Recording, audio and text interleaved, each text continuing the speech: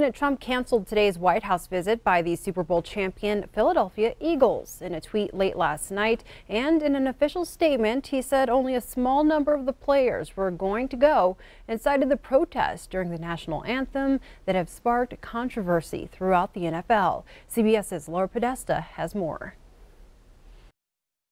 The Philadelphia Eagles will not be celebrating their Super Bowl championship at the White House with President Trump.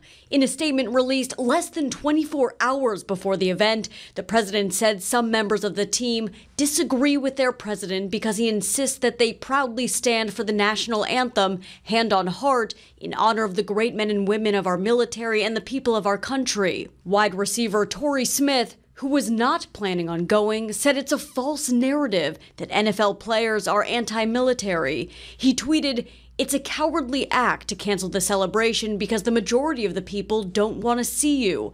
To make it about the anthem is foolish." Over the past 2 years, some NFL players have kneeled during the national anthem to bring attention to racism and police brutality.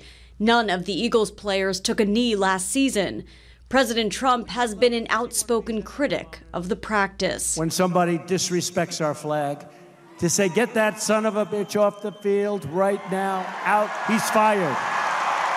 He's fired!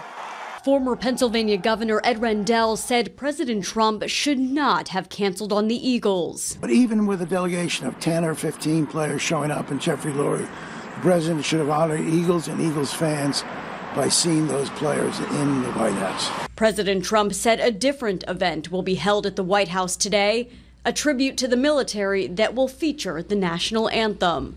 Laura Podesta, CBS News, New York. The Philadelphia mayor, Jim Kenney, also released a statement saying, quote, "These are players who stand up for the causes they believe in and who contribute in meaningful ways to their community. They represent the diversity of our nation, a nation in which we are free to express our opinions."